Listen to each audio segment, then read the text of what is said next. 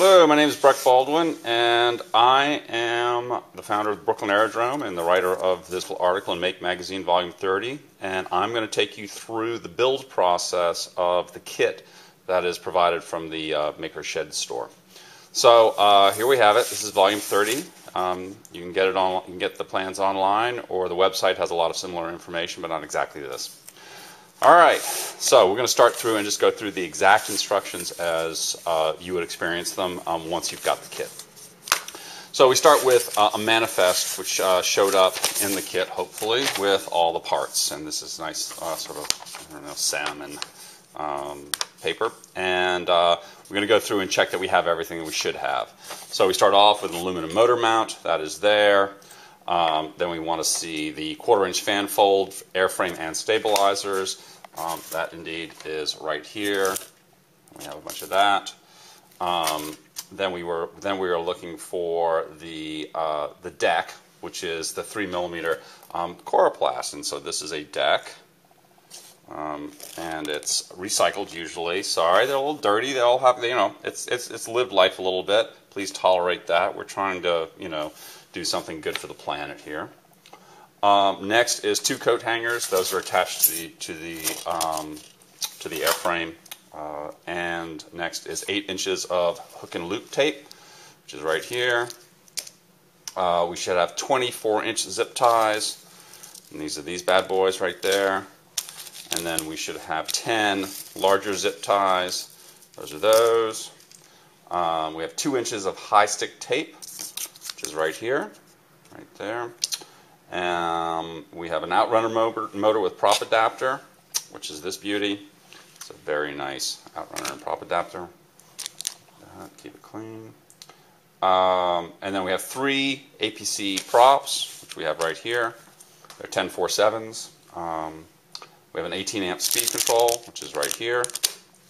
1 banana connector for connecting the speed controller to the battery pack, and that is right there. So these are the 2 connectors. This is the housing for them.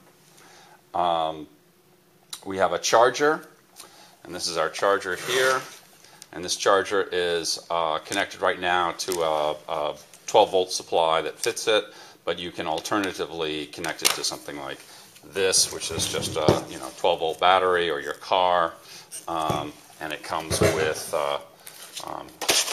charge leads. Oh, sorry, pull that off. So there's some charge leads that will connect to a 12-volt battery. Your car is probably the right thing to do. This little bit here is for charging LiPos that don't have a balance connector. You're not going to need this bit, but we included it anyway. What's next? Oh, the battery pack, which is an 1800 milliamp Cheetah pack. This is kind of going to power the whole thing.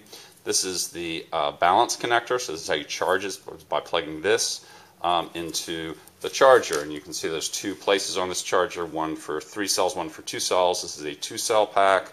Sorry, not sure if focus is working, but we'll go with it. And there we go. And once you plug it in, you should see that LED change to blue at some point.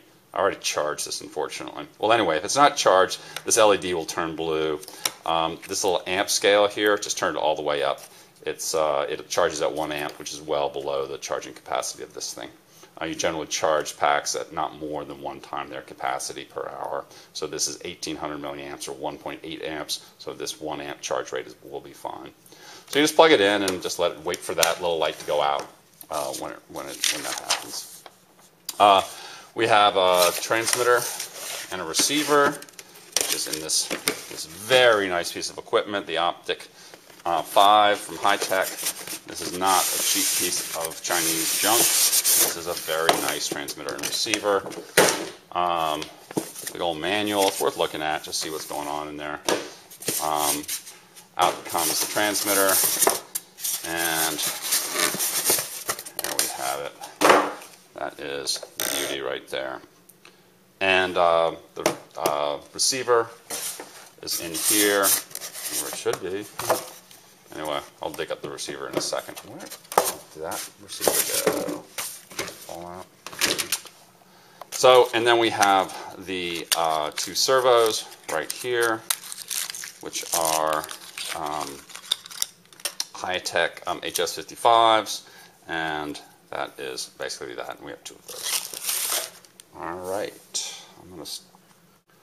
All right. Well, the errant receiver has been found. It was actually on a test plane that we were just checking the equipment out on. So, apologize for the non-continuous cut that I was looking for, but we have the gear. Okay.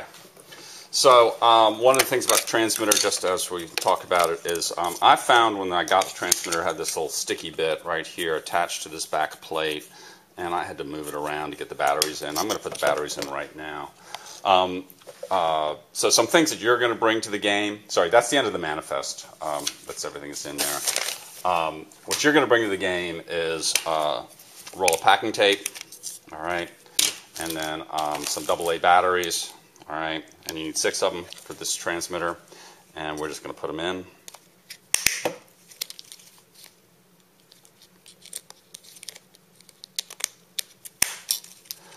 It's better to run with rechargeables. You will save money in the long run. At the low end of transmitters, they do not provide rechargeable batteries.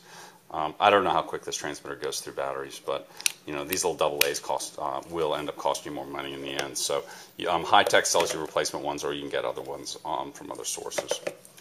Let's see, how does this go in so that I can get this rear plate on? Of course, I've forgotten. No. Yes, there it goes. Okay.